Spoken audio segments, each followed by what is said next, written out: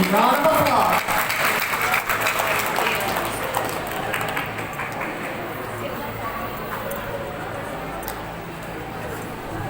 Okay, first of all, I would like to congratulate sa lahat ng nag-graduate. So, para pakanyong sarili nyo. Okay, before I acknowledge the person in front of you, okay, batiin nyo muna ang sarili nyo na magandang afternoon. Magandang afternoon. Okay. Huwag na kasi mangot, ha? Okay. Para balungkot nyo iba. Maaga ba kayo pumunta dito? Part ng training yan ng MSC. Okay ba? Part ng training, discipline, coming early sa isang activity na kami nga may tinatawag na AOP, ahead of time. Ako lang nalit, okay? Pasensya na dahil nalit ako dahil meron pa kaming katatapos ko lang yung activity ng Regional Training Center, yung sports test, yung aming mga mandatory schooling na police officer. Okay, kaya sabi ko kung ako ay isang police officer na naka-assign sa Police Regional Training Center 5. Kaya kung gusto kayo maging police o magpo-police, kasi minsan kasi, ang mga course is computer. Okay, hindi naman nakalain sa magiging police, pero priority ng mga computer graduate sa Philippine National Police. Yung aming estudyante ngayon undergoing PSBRC, majority doon graduate ng computer. Okay, IT, computer science, mga computer technician, lahat nagagamit ng aming PNP. Kaya, you are very lucky dahil dito kayo ay graduate ng, magiging graduate kayo ng CCDI. Tama ba? CCDI, Computer Communication Development Institute. Okay, this is not my first time. Kasi way back 2024 yata, 23, 20 naging guest na ako ng graduation ng NSTP doon sa Sagrada. Okay, Sagrada, doon na ito, ano yung graduation? Sagrada, Bugtong. Okay, Bugtong. Okay, for information, ako po ay isang police officer na nakasay sa training center. Ako ba yung ESCO, Training Executive Senior Police Officer. Ang trabaho namin is to train the new recruit, mga kapulisan. Not only the police trainees, but the all regular police undergoing mandatory courses. Kung gusto magpa-promote, kailangan mag-undergo training sa amin. Hindi sila mag-promote without the training sa Regional Training Center 5. Yung like for example, the PSSLC, PSGLC, and the PSOCC. At the same time, siguro talagang very timely naman yung pagiging guest ko dito dahil ako isang officer in charge ng NSTP, okay? Doon sa Bicol College, okay? We have 3 components ng NSTP, di ba? Okay, kasi yung former NSTP director doon na wala na, okay? Kaya ako ay isang assistant commandant ng ROTC. At the same time, dahil walang in-charge ng NSTP doon, kaya nilagay ko na as the officer in charge. May trabaho ko is to monitor and oversee lahat ng components ng NSTP. Okay, for information, we have 3 components, di ba? Under the Republic Act 9163, okay, under the Republic Act ng NSTP law. Okay, 3 components, this is CWPS, LPS, and the ROTC. Kanina narinig ko ay CWPS yung ating CCTI. Okay, you are very lucky dahil ang daming activity ng CWPS. Kung narinig ko si Ma'am Mosatalia, nasa labas kayo kung nagkanta kayo ng tree planting. Majority, for the second semester kasi ginagawa ng ating NSTP, more on community immersion program. Di ba? Yun ang ginawa, di ba? Okay, nagkaroon pa kayo ng immersion kasi sinabi naman nagkaroon kayo ng pagtuturo sa ating mga kabataan. Okay, isa yan sa mga programa ng LPS. Although wala ng LPS yung ating school, pero sinasabay doon sa ating CWPS. Okay? Okay. As we celebrate the achievement of our NSTP completers, recognize the dedication of teachers and officers. Okay, nakita mo yung ating mga set of officers ng NSTP and honor the exemplary service and leadership of the students. Okay, this program with the team leading footprints of service shaping the future of napakaganda ng tema ng graduation mo. It reminds us that every act of service we give today become a footprint that leads others toward a brighter tomorrow. The NSTP through the CWTS has taught us that service is not confined to classroom or communities. It is a way of life. Okay, yan na talaga buhay na ng isang NSTP student. It is about shaping character, building compassion. Sabi nga, itong character na ito, hindi dapat ito mawawala sa isang estudyante. May tinatawag tayong character and competency. Ang hirap na magaling ka lang, pero ang sama ng ugali. Ang hirap naman na mabait ka naman, pero yung competence mo wala, di ba? Kaya itong dalawa ang mayroong forever. Di ba? Character and competency. Kasi magandang pakinggan na, magaling ka na, mabait ka pa. Pero pag narinig mo, ang galing-galing na yan, pero ang sama-sama na natin. Di ba? In NSTP, tinuturo sa atin yung discipline. Di ba? The character, the competence, and building compassion, and preparing young leaders to be worthy of the society they will serve. Kayo ay mga future leader. Okay, sabi nga sa NSTP, tinitrain ang isang NSTP student na maging isang leader. As you take another step in college journey, I want to leave you with a guiding light, the meaning of blessing. Sabi kanina, ang sabi ni Sir Joey, Training Executive Senior Police Officer. Babaguhin ko yung definition. Gagawin ko para sa inyo as NSTP department. T stands for tenacity. It is the courage to keep going even when the road is difficult. In your NSTP journey, you face challenges, project, and demanded time, community that needed patience, tasks that tested your endurance. Tenacity is the mark of a leader who refuses to quit. Okay, nag-quit ba kayo? Nagtsaga ba kayo sa inyong ginawang community immersion? O baka more on compliance? Diba? Dapat once tayo itong bigay ng service ating community, talagang ibigay natin ang best. Okay? Ibigay yung nararapat. Kahit sa isang practice, when I was in the RTC5, pag nagpo-practice, gusto ko talaga yung best. Kung ano yung ginagawa during practice, kasi sa TA, kung ano yung ginawa mo during practice, yun ang ilalabas. Kung ang practice mo, sabi nga sa term sa amin sa training center, malatuba, pagdating sa training sa actuality, malatuba din yung presentation. Okay?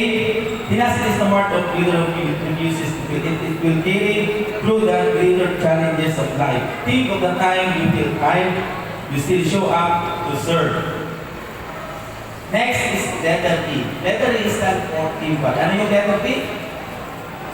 Tenacity. Okay? Empathy is the ability to feel with others, not just for them. It is the heart of service.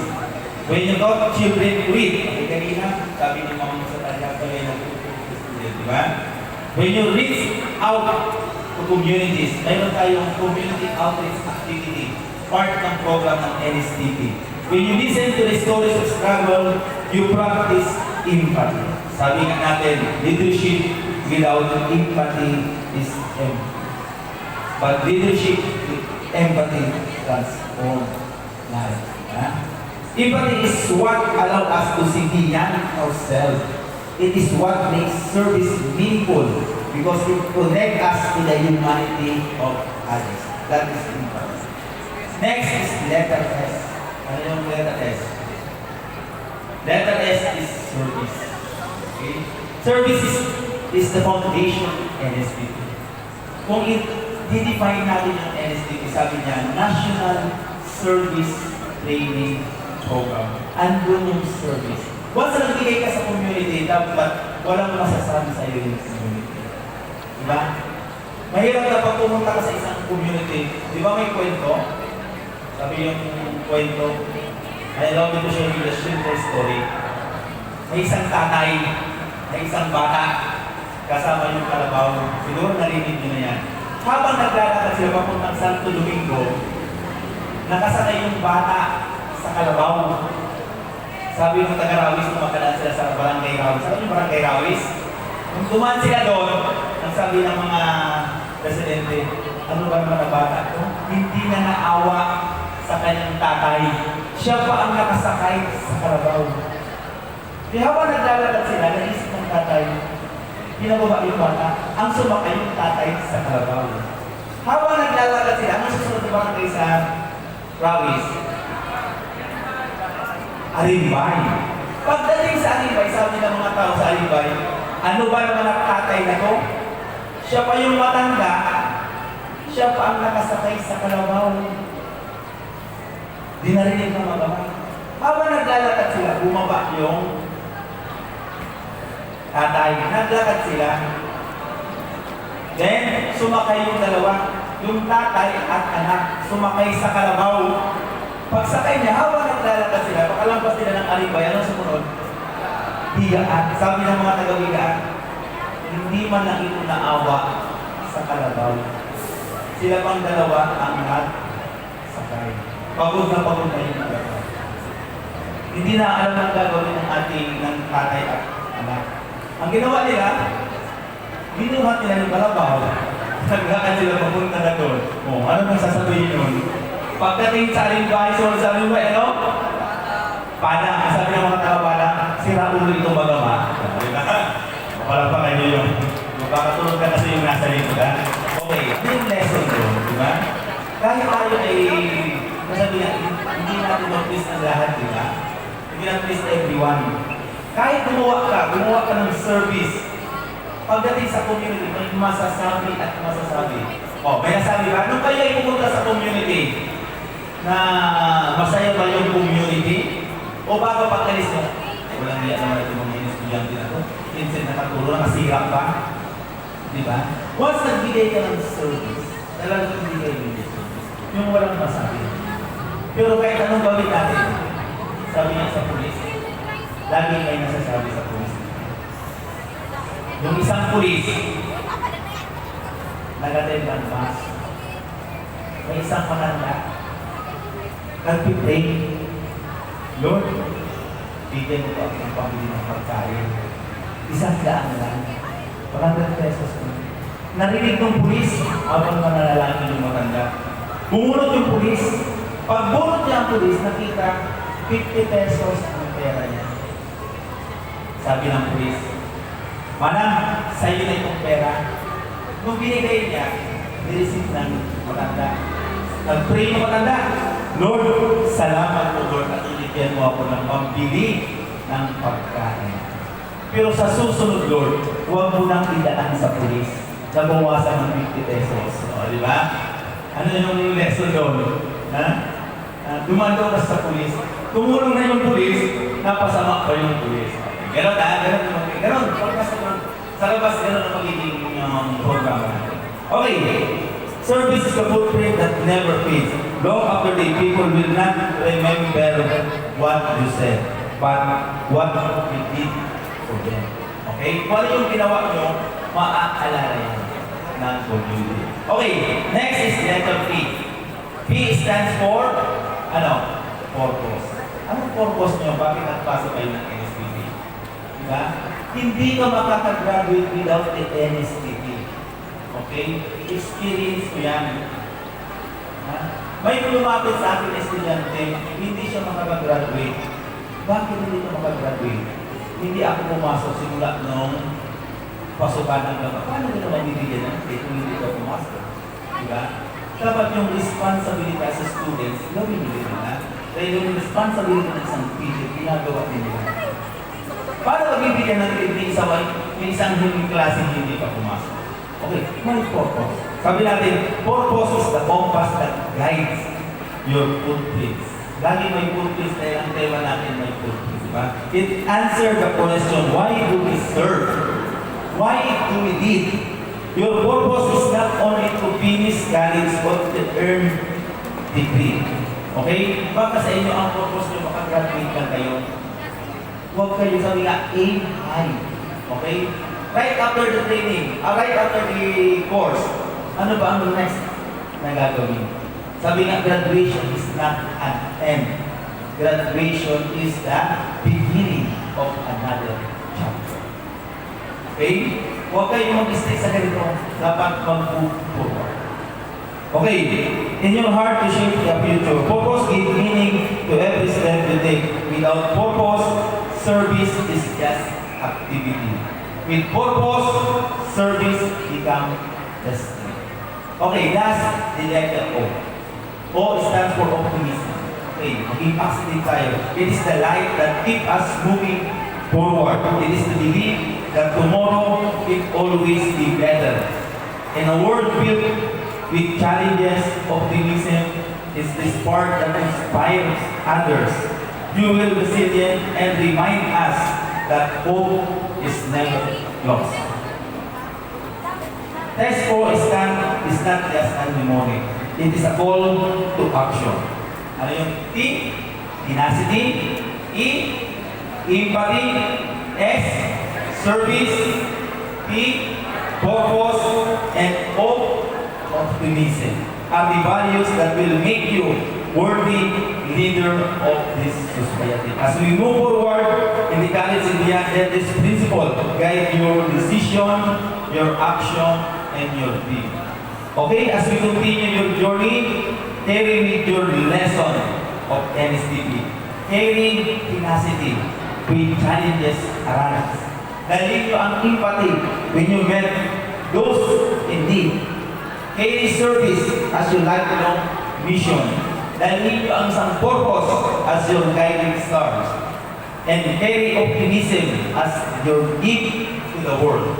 If you live by TESCO, you will not only be worthy of this society, you will transform it. Kaya huwag kakalimutan ang TESCO.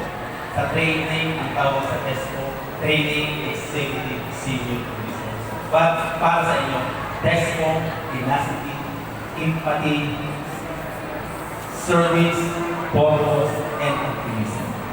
Kaya sa mga minamahal nating estudyante, tandaan nyo na ang bawat footprint na sabi sa inyong tema na iiwanan nyo ay magsisilbing gabay sa susunod na henerasyon.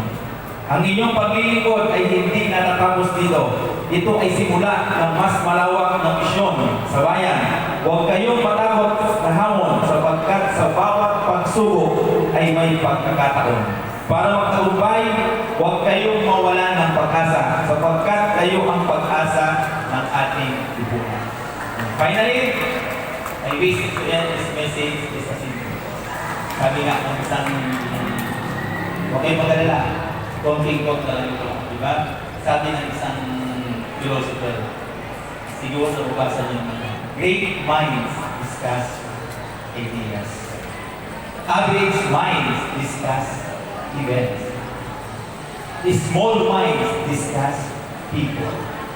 Every time we talk about people, it only shows how small your mind is. Gentlemen and ladies, ma'am, that's all my message. Thank you and congratulations. Thank